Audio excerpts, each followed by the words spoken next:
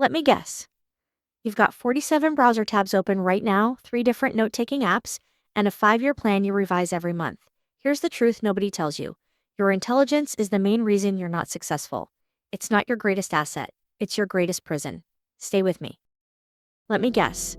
You've probably got 40-something browser tabs open right now, at least 3 different note-taking apps you're trying out, and a meticulously crafted 5-year plan that you find yourself revising every single month.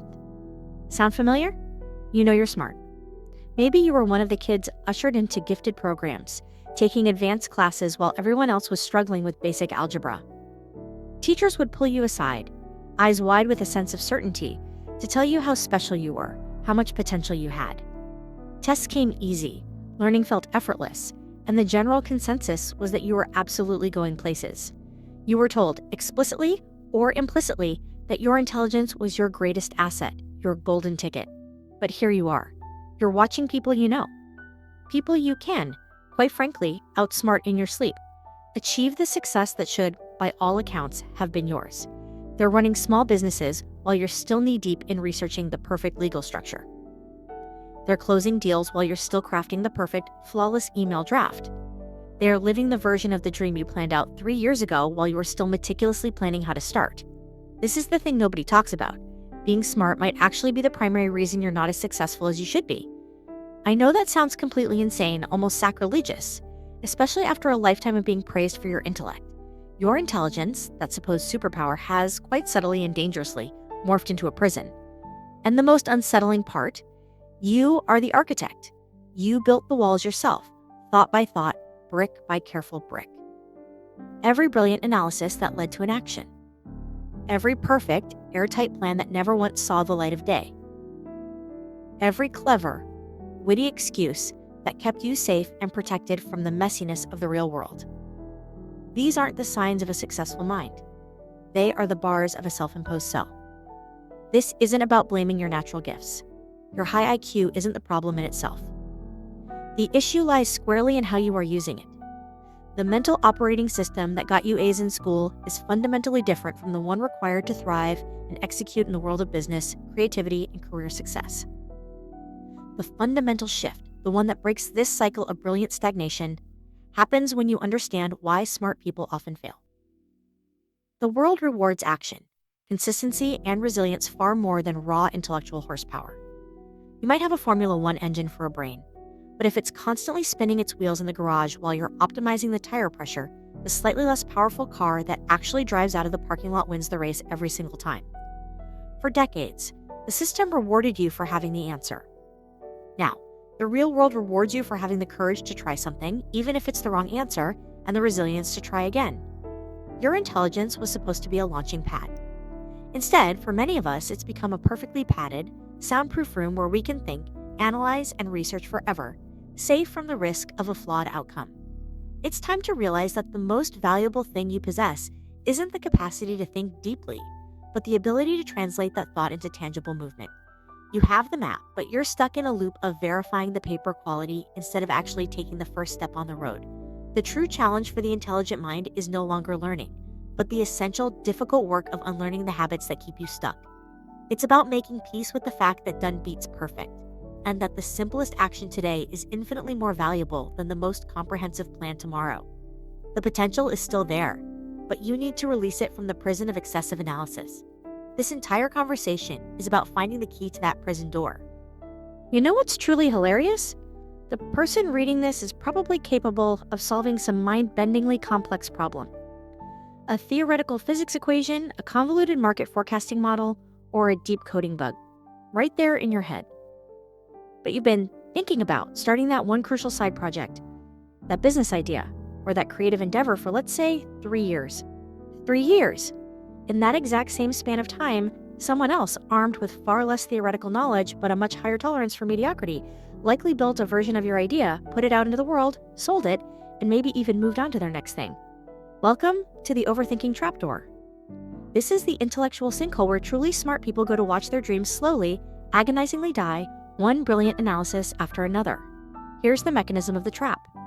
Your powerful high-octane brain encounters what should be a simple task. Let's use the classic example, starting a blog or a podcast. A normal person, Someone who hasn't been cursed by an abundance of information simply starts writing or recording. They pick a platform in 5 minutes, the first one they Googled. They choose a name in 10 minutes, one that sounds catchy.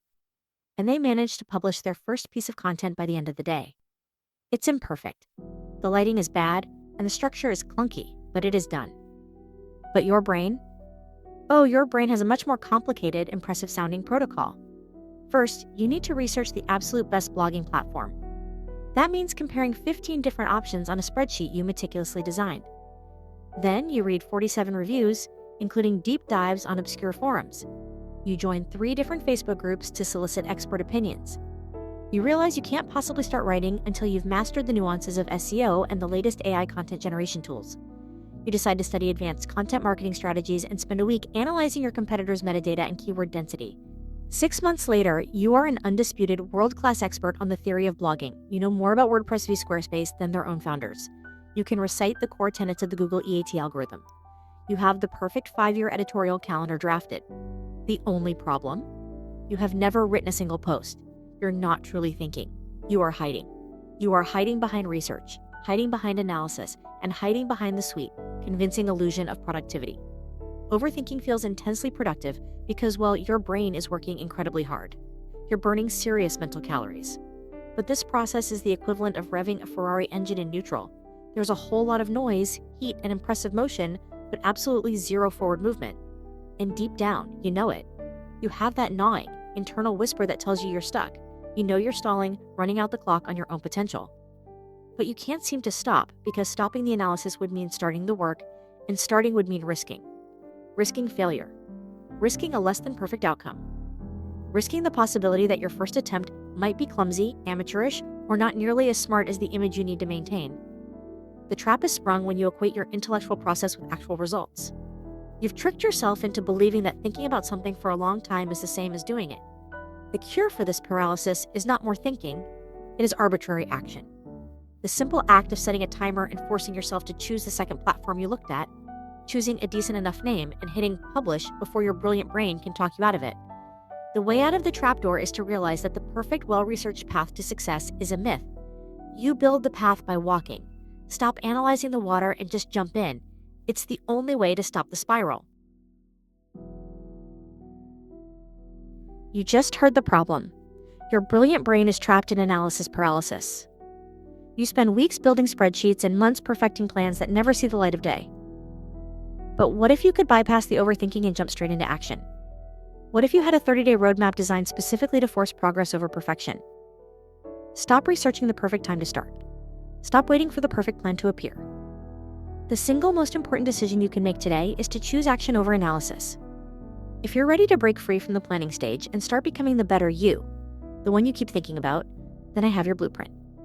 Click the link below right now to download my guide, 30 Days to a Better You. This isn't another framework to analyze.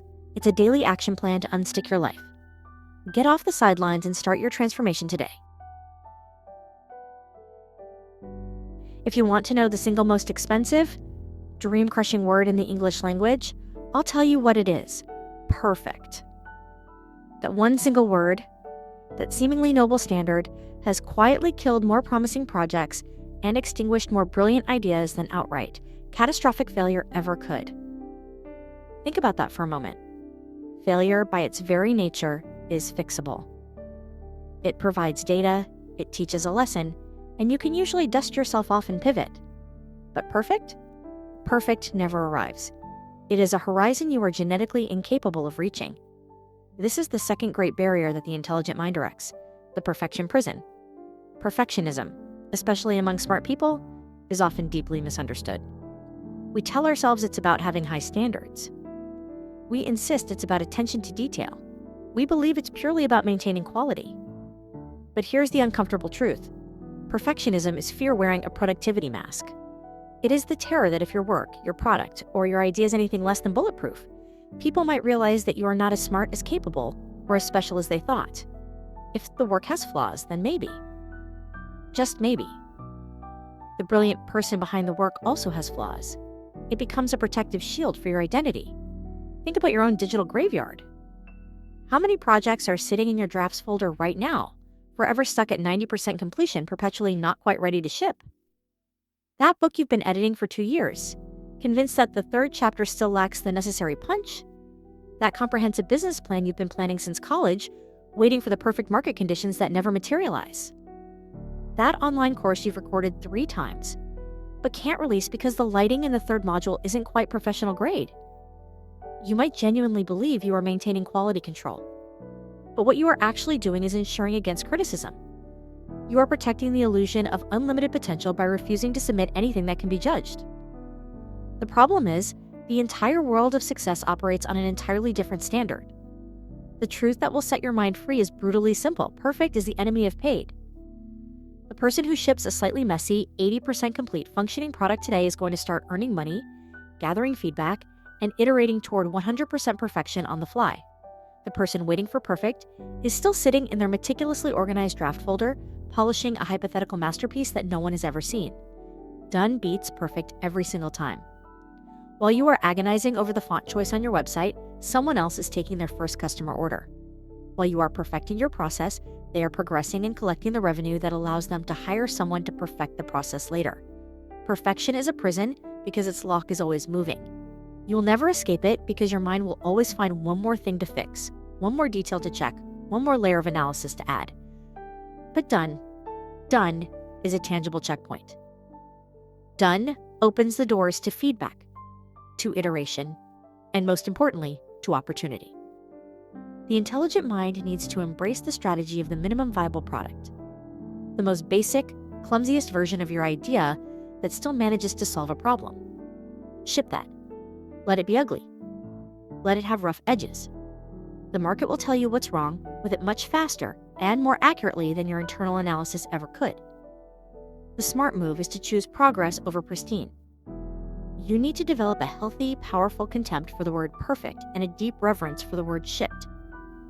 Because in the real world, the courage to be incomplete will always outperform the paralysis of being impeccable. Let's dive into some unconventional math, the kind they definitely didn't teach you in your advanced placement classes. Ready for the equation that truly predicts success in the real world?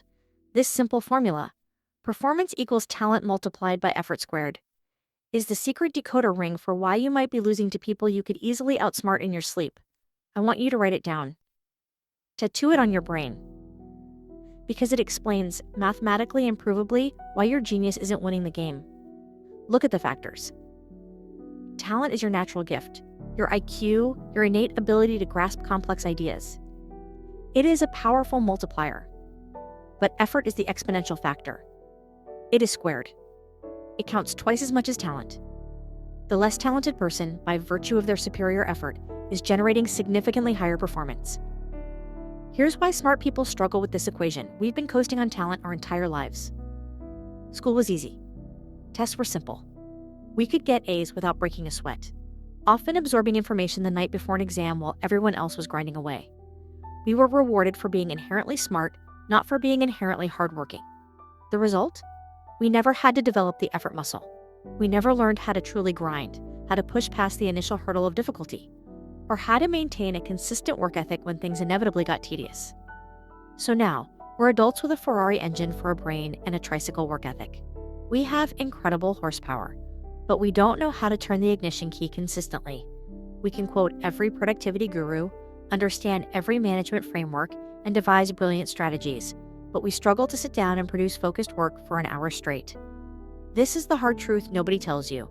Consistent average effort beats sporadic genius every single time. Think of the Aesop fable. The tortoise beats the hare because the hare, being so gifted and so smart, is too easily distracted, too confident, and ultimately too smart to just keep running. The hare believes its talent means the rules don't apply. The tortoise, however, just shows up. It moves slowly, maybe clumsily, but it maintains a consistent, unwavering effort. The person who shows up daily, who puts in an average, repeatable level of work, will absolutely destroy the person who shows up brilliantly once a month. Our intelligence is often a massive, beautiful weight we carry. It makes us think that we can compress 4 hours of consistent, boring effort into one inspired, frantic burst of genius. Sometimes that works for a school paper, but it never works for building a business, learning a skill, or creating a body of work. Success isn't a single brilliant event. It's the result of mundane, daily execution. Your biggest challenge isn't learning a new concept. It's mastering the discipline of showing up, even when you're not inspired, even when it's boring, and especially when you feel like you're smarter than the task at hand. Effort squared. Remember that. It is worth more than your IQ score, more than your degrees, and more than all the potential you've banked over the years. Because ultimately, potential without effort simply equals zero. It's time to stop waiting for inspiration and start building the habit of consistency. We've dissected the traps, the overthinking, the perfectionism, the resting on talent. Now we get to the most crucial stage, the pivotal moment of the great unlearn. This is where we stop simply thinking about success and start actively becoming successful. The single most ironic thing about highly intelligent people is that the smarter you are, the more likely you are to be trapped by a fixed mindset. Think about that for a second. The people with the intellectual capacity to learn anything are often the most afraid to try something new, something hard, or something they might fail at. Why? It's because your intelligence is not just a trait, it's your identity. Since childhood, you've been the smart one. Your worth, your brand, your entire sense of self is often tied up in that title. So, what happens when you encounter a genuinely difficult challenge? Like starting a new business, learning a complex sales skill, or trying to manage people? You quit, or more often, you simply don't start. And it's not because you can't do it. It's because struggling would shatter the illusion. Struggling would mean you're not as effortlessly brilliant as you and everyone else thought. And that is terrifying. What if people see you stumble? What if you fail publicly? What if smart isn't who you are anymore? You'd rather preserve the illusion of unlimited potential, the comforting fantasy that you could do anything if you really tried, than risk discovering your actual human limits. This is why you stay in your comfort zone, focusing on tasks where your intelligence is never truly tested, just celebrated. But growth requires failure. It demands looking stupid, making mistakes, being a clumsy beginner, and asking dumb questions. This is the messy, humbling process that terrifies the brilliant mind. Your intelligence is a magnificent starting point, not a destination. It's meant to be used, stretched, and challenged, not preserved like a delicate artifact. The moment you stop growing is the moment you stop being truly intelligent. The unlearn is the choice to trade the security of being perceived as smart for the power of actually getting things done. While you're busy solving the world's problems in your head, there's a critical piece of the success equation that's being ignored: social intelligence EQ. Remember the math. Intelligence only predicts about 23% of success. What predicts nearly 58%? Emotional intelligence. The ability to read a room, to connect with people, to manage your own emotional state, and to inspire others. You've been trained to value theory over the messy human stuff. So, while you can debug complex code, you can't debug a tense conversation. You can optimize systems, but you struggle to optimize relationships. Smart people often think networking or small talk is beneath them. Why discuss the weather when we could debate philosophy? Why talk about sports when we could solve world hunger? These surface conversations feel like a painful waste of your precious brain cells. But here is what you missed. That person talking about sports is building trust. That woman sharing weekend plans is creating a genuine connection. Those meaningless conversations are the quiet foundations of valuable relationships. They aren't having inferior conversations. They are building superior networks. Your network is your net worth far more than your IQ score is. Success is a team sport. Your brilliance means nothing if nobody wants to work with you. Your groundbreaking ideas are worthless if nobody helps you execute them. Connection beats perfection every single time. The great unlearn means accepting that the soft skills you've ignored are, in fact, the hard currency of success. You must actively train your EQ muscle by engaging, listening, and prioritizing being likable over being right. Forget the apps, the complicated frameworks, and the endless optimization strategies. Your genius needs a system that works with your overthinking, analyzing brain, not against it. The secret is simple. Design your environment so success is the default. Make action easier than analysis. Remove every single barrier between you and the act of doing.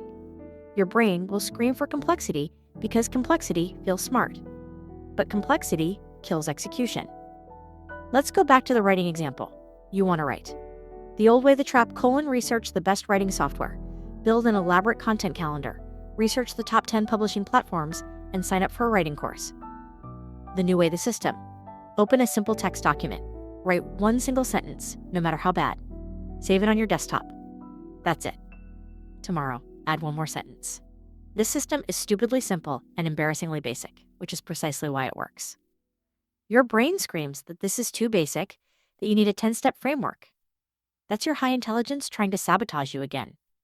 Systems beat goals. Habits beat motivation. And simple beats complex every single time. Your final challenge is to start running a 30-day experiment right now. Not plan one, not research one. Run one. Pick one thing and give yourself explicit permission to do it badly every single day. Start before you feel ready. Document the action, not the analysis.